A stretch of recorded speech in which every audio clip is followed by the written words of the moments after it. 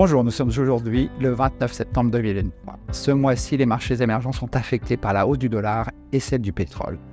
Ils abandonnent un peu plus de 3% en dollars, mais restent stables en euros.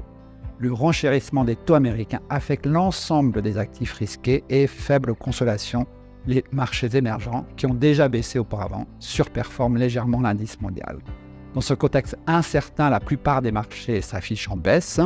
On notera la forte correction des marchés d'Europe de l'Est, qui pâtissent de la faiblesse de l'euro. En Asie, la hausse du prix du pétrole affecte particulièrement le baht thaïlandais, le won coréen. Et en Amérique latine, la Banque centrale brésilienne a baissé comme prévu ses taux d'intérêt.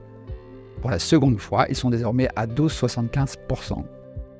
En Asie, l'Inde et dans une moindre mesure la Chine surperforment en septembre. Qu'en tirez-vous comme enseignement ? Les deux marchés sont portés par leurs investisseurs domestiques. En Chine, on notera la bonne tenue des titres étatiques, lesquels sont achetés par des fonds institutionnels domestiques. Leur soutien au marché plutôt est une bonne chose en soi et souligne l'attitude pro-market, pro-marché de Pékin.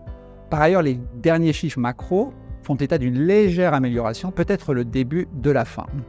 En Inde, le marché continue son ascension et paradoxalement, celui des actions et celui des devises n'est pas affecté par la hausse du prix du pétrole, ce qui constitue un changement historique notoire.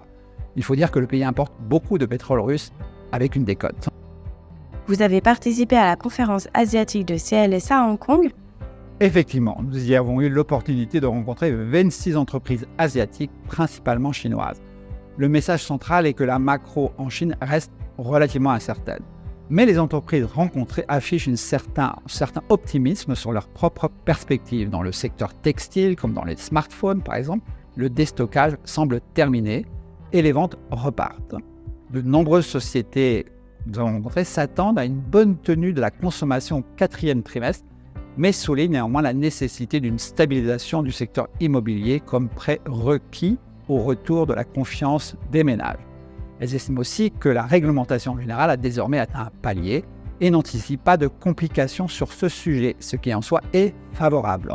Comment vous positionnez-vous dans cet environnement ?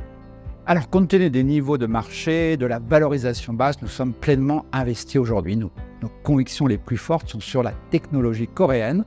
Hynix, Samsung Electronics sont de grands bénéficiaires de la forte demande en serveurs d'intelligence artificielle et les deux sociétés vont voir leurs bénéfices fortement augmenter en 2024. En termes géographiques, nous sommes surpondérés sur l'Inde. Le pays bénéficie aujourd'hui des réformes passées, d'investissements étrangers en hausse et d'un nouveau cycle immobilier.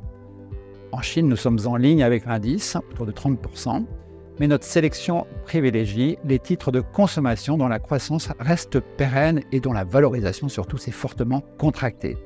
Au Brésil, nous avons initié une position sur VG, qui est un leader industriel qui bénéficie des investissements dans l'énergie verte. Nous vous remercions de votre confiance et de votre fidélité.